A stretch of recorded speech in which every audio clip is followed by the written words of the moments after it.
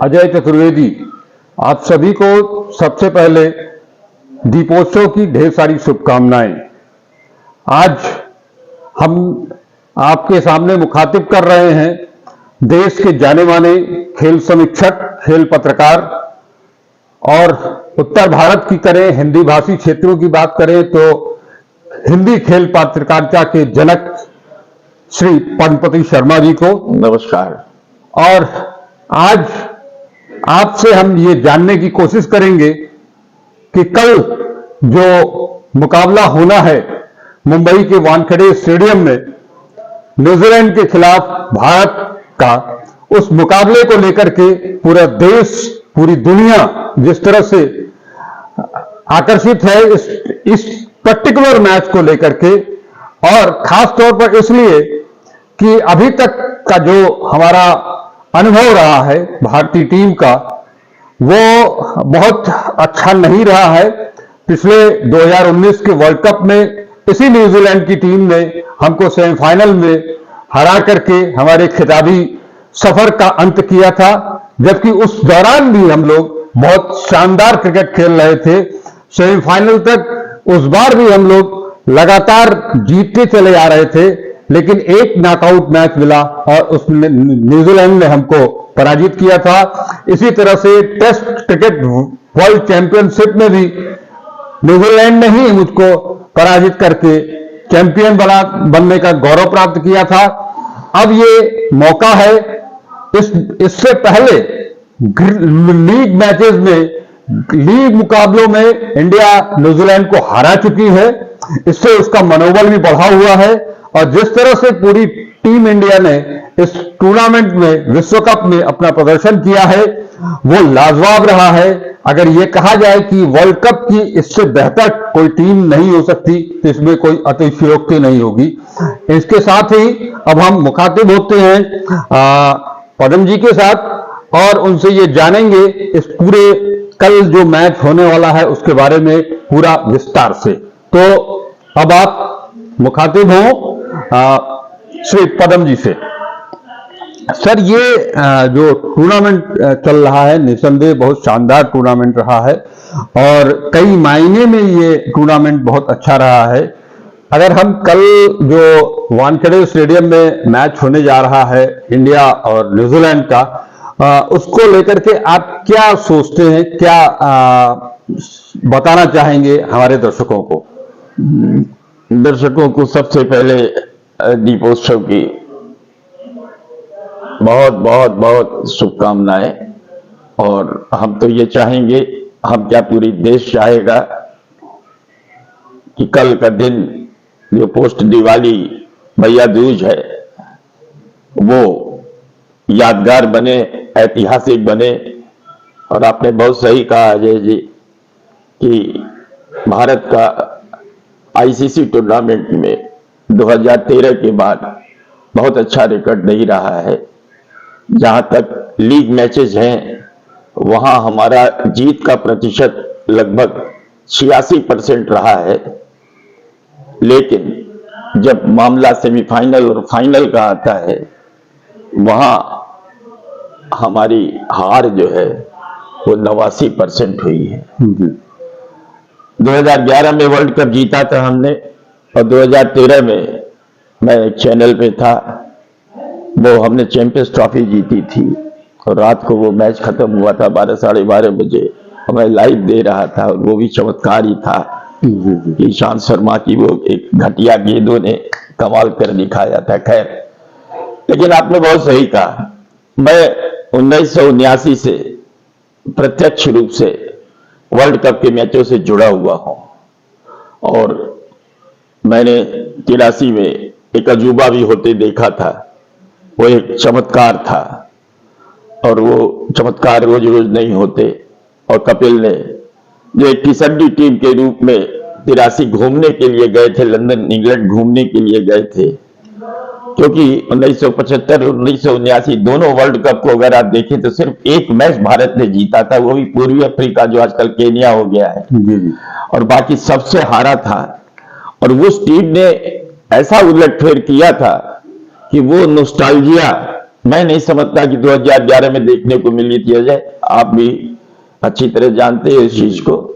लेकिन जहां तक टीम का सवाल है, चाहे वो 1983 की टीम रही हो और चाहे 2011 की टीम रही हो या बीच में भी जितनी भी टीमें रही, मैं समझता हूं कि इंडिया की जो वर्तमान टीम है, अगर इसको ड्रीम टीम कहा जाए तो गलत नहीं। बिल्कुल बिल्कुल बिल्कुल। वाकई में जो आपने कहा कि लाजवाब, मैं यही कहूंगा अभूतपूर्व, मतलब ऑलराउंड प्रदर्शन जिसको कह सकते हैं हम, कि हमारी बल्लेबाजी में जहां जो दमदार थी, वही हमारी गेंदबाजी में धारदार है।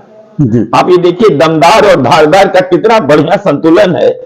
ये हमारी जो बल्लेबाजी की गहराई अगर आप देखिए तो 1 नंबर से लेके 7 नंबर मतलब अजय जडेजा, रविंद्र जडेजा, सॉरी रविंद्र जडेजा, अजय जडेजा, रविंद्र जडेजा, तो आप वहां तक देखिए कि वहां तक भरोसा है। जी। और मैं तो ये कहूंगा कि ब्लेसिंग इन डिस्गाइज, हालांकि हम मिस कर रहे हैं हार्दिक पांड्या को, लेकिन हार्दिक पांड्या की कमी किस तरह से जिसको कहते हैं कि पूरी की मोहम्मद शामी ने, उसको बताने की हमें जरूरत नहीं है।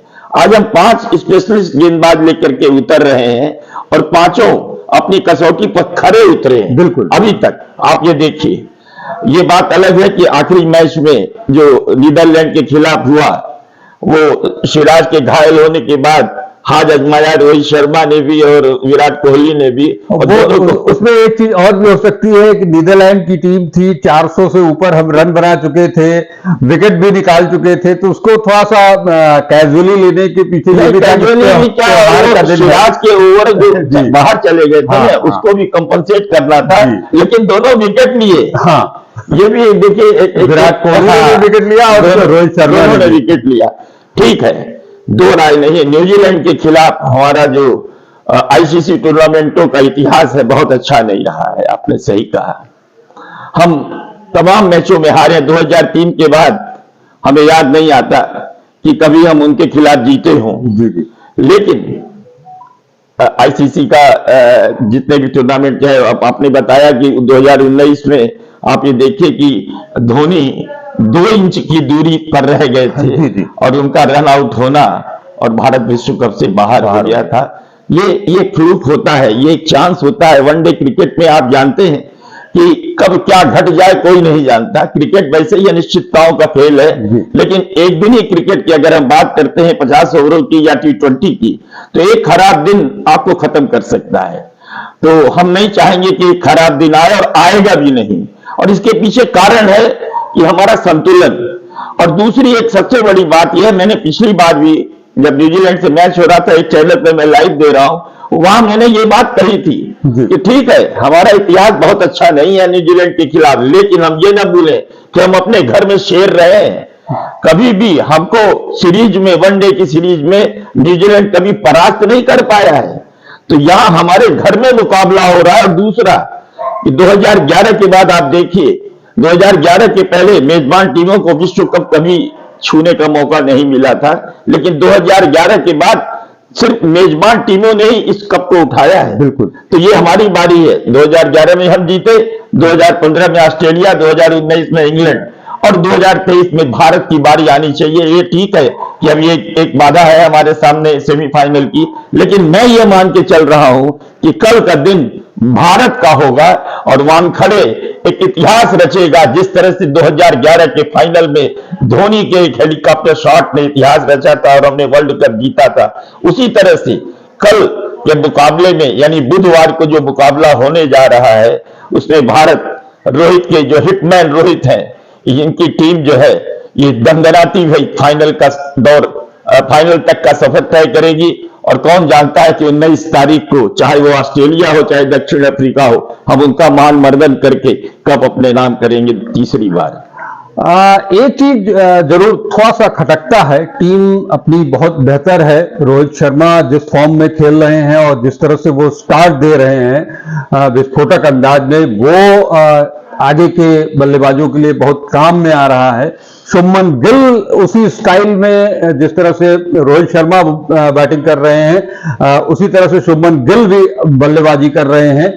एक चीज जो दिखाई देती है, थोड़ी सी कमजोरी उसको आप कह सकते हैं, कि जब कोई भी लेफ्ट आर्म मीडियम पेसर या फास्ट बॉलर जो होता है, उसके अंदर आती हुई गेंद हमेशा वो हमारे बल्लेबाजों को, खासतौर पर रोहित शर्मा और ये दोनों को वो परेशान करती है। दो राय नहीं।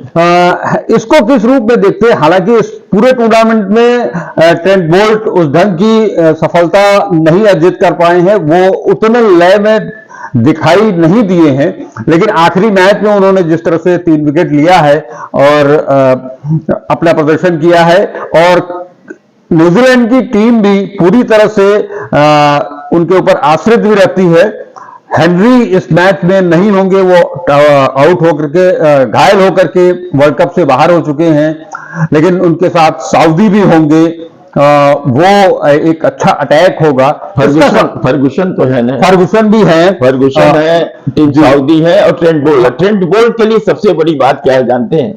ये वानखेड़े उनके लिए अपरिचित नहीं है जी। वो वर्षों से मुंबई इंडियंस की ओर से खेल रहे हैं और रफ्तार के सौदागर हैं। और ये आपने बहुत सही कहा कि जो एंगल लेती हुई गेंद आती है लेफ्ट आर्म बॉलर्स की, वो दोनों को परेशान करती है। लेकिन मुझे लगता है कि ये उस पर पार पा चुके हैं, क्योंकि कई लेफ्ट आर्म बॉलर्स आए हैं। हाँ। और खासतौर से आप दक्षिण अफ्रीका के खिलाफ देखिए, वो 6.25 फुट के क्या नाम था, मार्को कहा जाता है, जॉनसन नहीं, मार्को वानसन कहा जाता है उनको। ये दक्षिण अफ्रीका में प्रोनाउंसिएशन का थोड़ा गड़बड़ है, लेकिन उसको किस तरह से मार लगाई है इन्होंने। तो हम ये मान के चलेंगे कि ये कमजोरी पर पार पाएंगे। लेकिन आपने एक बात कही, एक कमजोरी है हमारी, और वो है मोहम्मद सिराज की फील्डिंग। उसने बहुत निराश किया है। वो मुझे पुराने जमाने के जो हमारे भारतीय स्पिनर्स थे उनकी याद दिलाते हैं कि टांग के नीचे से बराबर गेंद जाती है और कई मौकों पर वो कैच भी छोड़ते हैं और आसान कैच छोड़ते हैं। पिछले मैच में भी उनकी हंसली में चोट लगी थी, वो अच्छा खासा स्कायर था, वहां गिरी। तो टीम प्रबंधन को और खासतौर से फील्डिंग कोच को बहुत ध्यान देना होगा कि सिराज जो है कहीं अपना कैरियर न गंवा बैठे इस फील्डिंग के कारण, क्योंकि कई बार मैंने देखा है रोहित का चेहरा फ्रस्ट्रेशन में लाल हो जाता था उनके ऊपर। तो इस कमजोरी को दूर करना है, लेकिन कोई बात नहीं, ये दूर हो जाएगी। और एक बहुत एथलीट है वो कोई ढीला ढाला कोई ऐसा खिलाड़ी नहीं है, वो इस कमजोरी पर पार पा सकता है। लेकिन जहां तक बल्लेबाजी का सवाल आपने कहा, तो आप देखिए कि शुभमन गिल और ये 10 ओवरों में इन्होंने हमेशा 6 से ज्यादा के करीब कई बार विकेट गिरे भी हैं। और हम सब नहीं भूल सकते कि पहले मैच में ऑस्ट्रेलिया के खिलाफ जो स्थिति थी वो मैंने अपने 2 रन पे 3 विकेट देखी कि 2 रन पे 3 विकेट था। लेकिन क्या बात है, ये बल्लेबाजी गहराई। आप ये देखिए कि विराट कोहली और केएल राहुल ने क्या मिल करके जो पार्टनरशिप की है कि 1 विकेट कुल गिर सका। कुल मिलाकर हमने 6 विकेट में फतेह की थी वो पहला मैच। और उसके बाद भी दूसरे मैच में भी हमने पाकिस्तान को किस तरह से 200 के भीतर आउट किया, और उसके बाद किस तरह से हमने अपनी बल्लेबाजी में निखार लाते हुए एक बार फिर दिखाया कि वो दोनों के बाद जीत के बाद फिर हमने पीछे मुड़ के नहीं देखा। और मुझे नहीं लगता कि कोई बहुत नजदीकी मैच गया हो हर मैच में। और सबसे बड़ी खासियत ये रही है, शायद पहली बार है, मैं शायद गलत हो सकता हूं, ये 9 मैच जो इन्होंने खेले हैं ये सभी 10 विकेट लिए हैं हर मैच। नहीं, हर मैच में नहीं ले पाए हैं, लेकिन ये है कि बड़ी बड़ी टीमों को दक्षिण अफ्रीका जो अपने आप को नहीं, आप एक बात बताइए मेरे को। देखिए, ऑस्ट्रेलिया के खिलाफ ऑल आउट हुए थे, जी। पाकिस्तान ऑल आउट हुआ था, सारे टीमें लगभग मुझे लगता है कि लगभग। और बाकी जो आखिरी में जो नीदरलैंड के अलावा जो मैच आप देखिए, कि मुझे लखनऊ में जब वो मुकाबला हो रहा था तो हमसे एंकर ने पूछा था कि सर ये क्या हो गया, ये टॉस हार करके भारत को पहली बार बल्लेबाजी करनी पड़ेगी, क्योंकि अभी तक तो टॉस जीत करके हमेशा ये लक्ष्य का पीछा किए। तो मैंने कहा था कि देखिए, ये मुकाबला जो हो रहा है ये लाल मिट्टी पे हो रहा है, ये काली मिट्टी नहीं है, और ये वर्जिन पिच है। और वर्जिन पिच के लिए यही कहा जा सकता है कि जैसे नई नवेली बहू आती है तो उसका चरित्र क्या होगा, उसका स्वभाव कैसा होगा, ये आने वाला समय बताएगा। तो ये आने वाला समय बताएगा। और जिस तरह से विकेट ने दोहरी उछाल थी और बिहेव किया था और थोड़ा सा बाउंस भी था उसमें, तो 229 पे जब ये आउट हुए तो लगा कि यार ये गड़बड़ न हो, लेकिन क्या बात है, आप देखिए कि इंग्लैंड को जो है 100 रन से हराया और 128 पर इसको जो है ऑल आउट कर दिया, और उसके बाद लंका 55 पे लंका को, और उसके बाद महाबली। हाँ, यहां भी मैं एक बात बता सकता हूं कि जब पूर्व संध्या को मैच होने के पहले जब मैं बोल रहा था, तब मुझसे कहा गया कि आप ये टॉस में क्या करना चाहेंगे, तो मैंने यही कहा था कि टॉस जीत करके रोहित क्या करेंगे मैं नहीं जानता, लेकिन टॉस जीत करके मैं पहले बल्लेबाजी करना चाहूंगा। वो क्यों? हमने कहा कि दक्षिण अफ्रीका 400, 350, 300 लगातार स्कोर कर रहा है, लेकिन हम ये ना भूलें कि लक्ष्य का पीछा करने के मामले में दक्षिण अफ्रीकी टीम सर्वश्रेष्ठ नहीं है। नीदरलैंड ने उसको इसी चेज करने के मामले में ही हराया, एक बार नहीं हराया। आप याद कीजिए कि जब world cup T20 world cup Australia में हो रहा था, वहां भी 19 रन से जो है नीदरलैंड ने इसको मात दी थी। तो इस कमजोरी को मुझे ध्यान था, और मुझे लगता है रोहित ने भी इसी बात को समझा कि जिस तरह से वो चला आ रहा है रिदम, तो उसने जो है बल्लेबाजी ली, और आप देखिए कि 83 पर वो ढेर कर दिया उस टीम को, महाबली टीम को, जिसके 5 खिलाड़ी जो थे वो करीब 300 से ज्यादा रन बना चुके थे, और वो एक तो करीब डिकॉक तो 500 4 सेंचुरी मार चुका थी ऑलरेडी। लेकिन क्या हालत की है उन्होंने। और मुझे याद आता है कि पाकिस्तानी जो यासिर और वो क्या नाम से हसन रजा, ये दोनों खिलाड़ी अंतर्राष्ट्रीय खिलाड़ी रहे हैं, लेकिन हमारे प्रति कितना प्रेम है उनका ये झलका कि जब उन्होंने कहा कि आईसीसी और बीसीसीआई ये मिल करके जो है भारत को जो है ऐसी गेंद दे रहे हैं जिसमें चिप लगी है, तब मुझे याद है मैंने कहा भी था कि इधर हाल में पाकिस्तान ने चाइना को जो है विदेशी मुद्रा लेने की, क्योंकि कंगाल हो चुका है ना, विदेशी मुद्रा की खातिर लाखों गधे जो है निर्यात किए थे। मुझे ताज्जुब है कि इन 2 गधों को उसने क्यों छोड़ दिया था।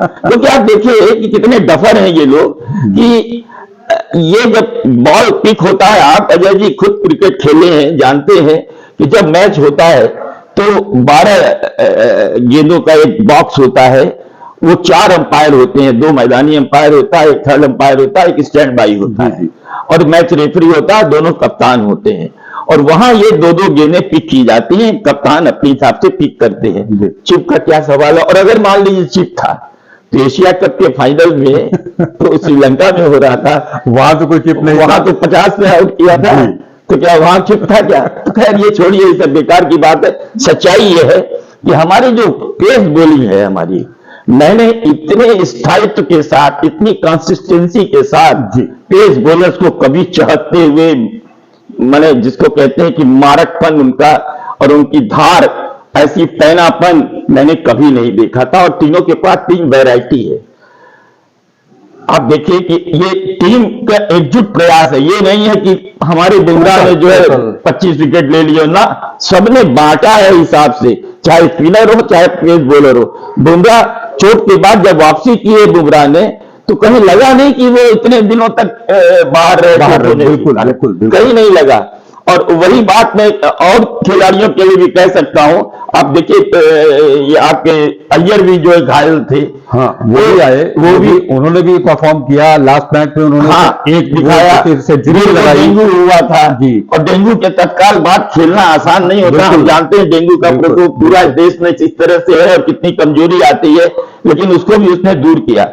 जहां तक गेंदबाजी का सवाल था, आप ये देखिए कि चाहे वो उसकी शॉर्ट पिच गेंद हो जो नकल्स तोड़ती है बुमराह, और यार्कर हो, जवाब नहीं है, काटा पानी नहीं मांगता।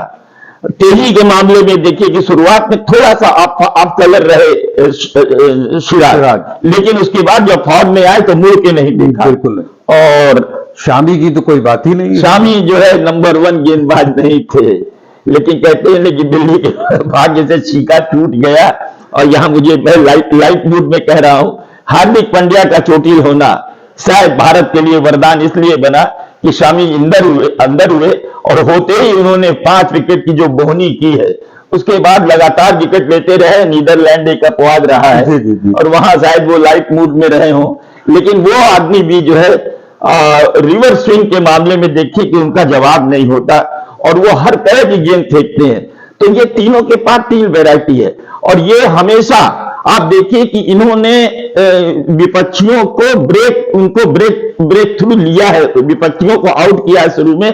तो जब आप विपक्षियों को 15 ओवर के भीतर आउट कर देते हैं, 10 ओवर 15 ओवर के भीतर, तो जब स्पिनर आते हैं तो वो चढ़ के बॉलिंग करते हैं। हाँ। और यही हुआ है, चाहे वो आपके कुलदीप यादव रहे हो और चाहे रविंद्र जडेजा रहे हो, इन दोनों ने जो है चढ़ के गेंदबाजी की है और किसी को भी खड़ा नहीं होने दिया है। और खासतौर से जब से वो अपना स्टांस चेंज किया है कुलदीप यादव ने, तो आप देखिए कि किस तरह से वो गेंद विकेट पर डाल रहे हैं। वो बाहर बहुत कम डाल रहे हैं। बिल्कुल। और अगर कैच न छोड़े होते, तो चाहे कैच उनके, तो उनके विकेट की संख्या और भी ज्यादा हो सकती थी। और लेकिन हमेशा उन्होंने, और कुछ लोगों को तो ऐसा बोल्ड मारा है अपने चाइना में पर गूगली पे कि वाह, मुंह से हमारे निकला वाह वाह वाह। तो इस तरह से आप देखिए कि और जडेजा आपके दक्षिण अफ्रीका के खिलाफ 5 विकेट के ले गए, 5 विकेट ले गए थे ना।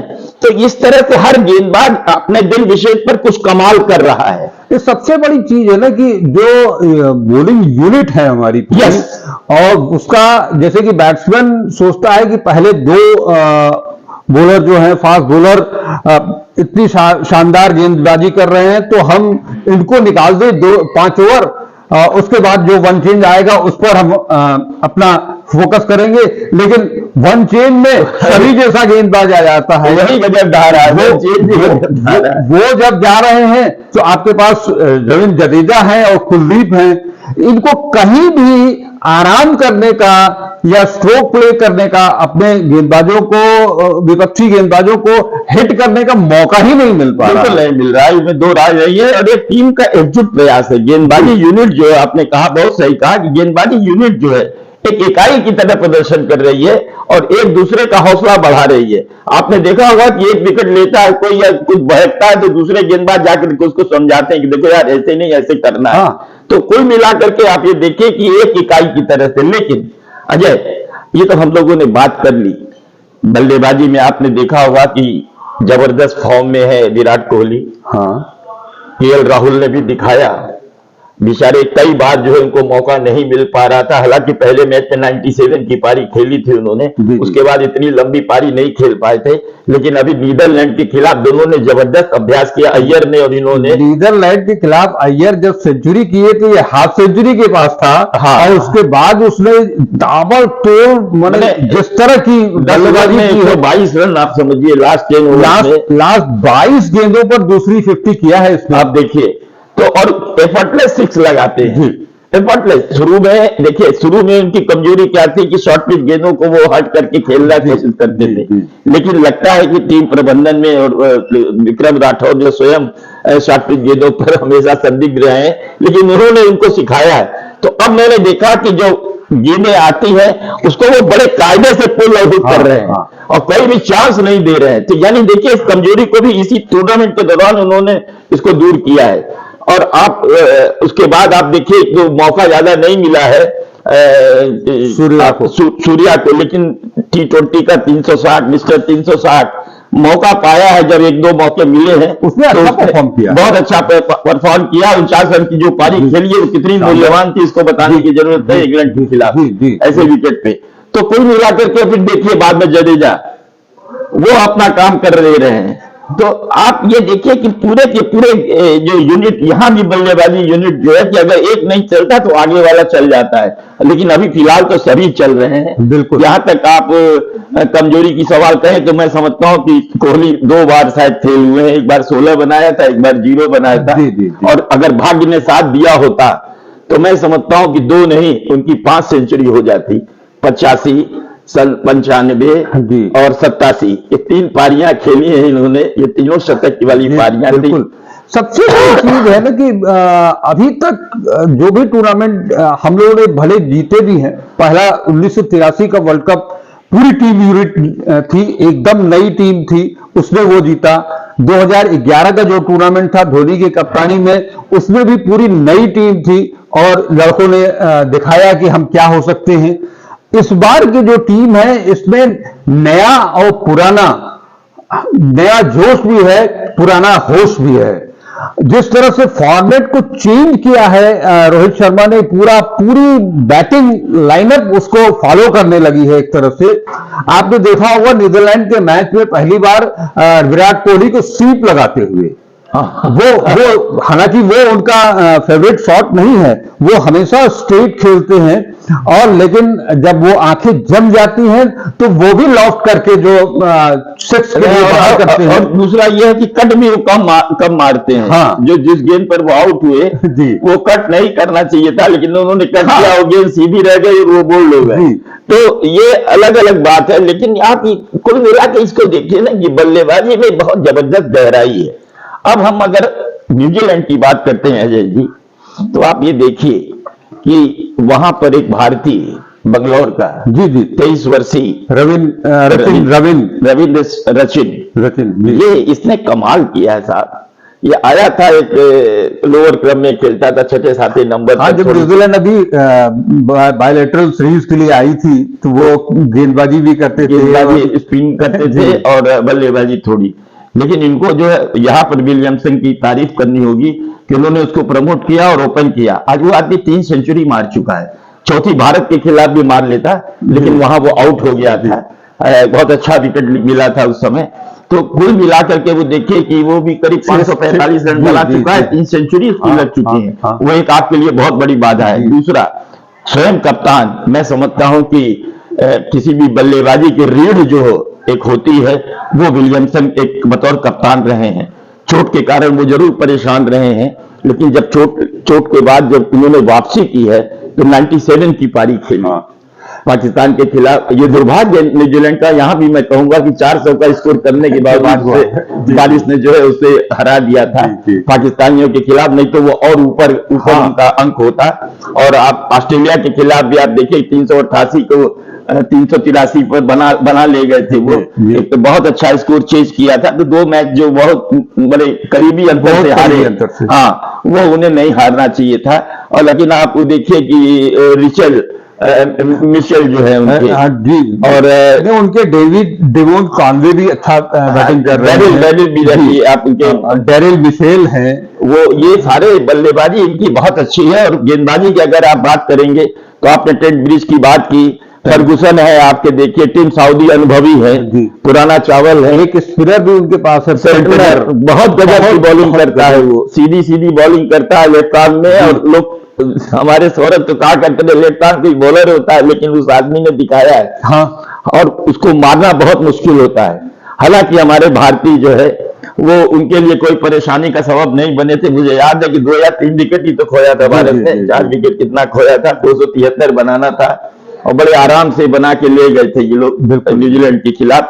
यही गेंदबाजी थी। लेकिन हाँ, मौसम बदला है, अब थोड़ा सा नमी आ गई है। देखिए पिछला वर्ल्ड कप जो हुआ था वो गर्मियों में हुआ था, फरवरी मार्च में हुआ था, और वहां गर्मी थी। यहाँ क्या हुआ है, अक्टूबर में शुरू हुआ है और नवंबर में समापन होने जा रहा है। तो उस समय नवंबर का मौसम जो होता है वो सर्दियों का आगमन होता है, शाम को ओस पड़ती है। हालांकि गीली गेंद से इन्होंने काफी अभ्यास किया है, बहुत अभ्यास किया, लेकिन मुझे लगता है कि जब ये उतरेंगे मैदान में तो वानखेड़े में मुझे लगता है कि इनको टॉस जीत करके पहले बैटिंग करनी चाहिए, क्योंकि इसी वानखेड़े में इन्होंने 55 पे जो है श्रीलंका का पुलिंदा बांधा था। तो उसको याद रखते हुए और किस तरह से गेंदबाजी हुई थी उसको याद रखते हुए अगर ये बल्लेबाजी शुरू में करते हैं तो मैं समझता हूं कि बहुत ज्यादा जिसको कहना चाहिए कि न्यूजीलैंड की जो गेंदबाजी है वो बहुत ज्यादा भारत पर प्रभाव छोड़ने में शायद सफल नहीं हो सकेगी। इसलिए शुरू में बैटिंग करें, आप 300 से प्लस का स्कोर खड़ा करें, और बाद में जब दूधिया प्रकाश में थोड़ा सा गेंद में मूवमेंट शुरू हो जाता है शाम के समय 10-15 ओवर में, तो आपको देखिए पहले मैच होता है 2:30 बजे से, अब होता है 2 बजे से, तो 10-15 ओवर में ओस नहीं आती है। और अगर हमारे फास्ट बॉलर ने विकेट निकाल लिए फिर ओस आए परवाह नहीं है, फिर तो उनको खड़ा नहीं होने देंगे, और ऐसा हुआ है, कई बार हुआ है। तो कुल मिलाकर के मुझे लगता है कि यही काम करना चाहिए। और दूसरी तरफ विलियमसन भी सोच रहे होंगे कि भारतीयों को कैसे परास्त किया जाए, वो रणनीति बना रहे होंगे, लेकिन देखना होगा क्या वो रणनीति कारगर होगी। हमें तो लगता है, अगर आप हमसे अजय जी पूछें कि विजेता कौन, मैं इसलिए नहीं कहूंगा कि मैं एक भारतीय हूं, मैं एक पत्रकार हूं और एक समीक्षक हूं। तो मेरा ये मानना है कि जिस तरह का प्रदर्शन अभी तक भारत ने किया है और जो मैंने देखा है 1979 से अभी तक लगातार मैं मैचों को कवर भी किया है, चाहे वो अखबार रहा हो चाहे टेलीविजन चैनल रहे हो, मुझे लगता है कि ऐसा भूतो न भविष्यति। और अगर ऐसा प्रदर्शन है तो कौन जानता है कि 19 तारीख की शाम एक बार फिर से दिवाली मने। जी जी, बहुत बहुत धन्यवाद आपका। आपने हमारे दर्शकों को इस टूर्नामेंट के बारे में बहुत कुछ विस्तार से बताया, बहुत कुछ बारीकियां भी बताई, और हम सब ये उम्मीद करेंगे कि कल जो वानखेड़े में मैच होने जा रहा है, पहला सेमीफाइनल, ये जिस तरह से हम लोग दिवाली मनाए हैं झूम करके, उस तरह से भैया दूज की शाम भी हम मनाएंगे। हमारा पूरा भारतीय प्रशंसक उन सबको वो जो टुटका है सेमीफाइनल में न्यूजीलैंड का, वो पूरी तरह से धूसरित होगा। और यही नहीं, हम सब तो ये भी उम्मीद कर रहे हैं, जैसा आपने बताया भी, कि 19 तारीख को चाहे दक्षिण अफ्रीका मिले या ऑस्ट्रेलिया मिले, हम उनको भी परास्त करके 2011 के बाद 2023 हमारा होगा, हम चैंपियन होंगे। नमस्कार। नमस्कार, धन्यवाद।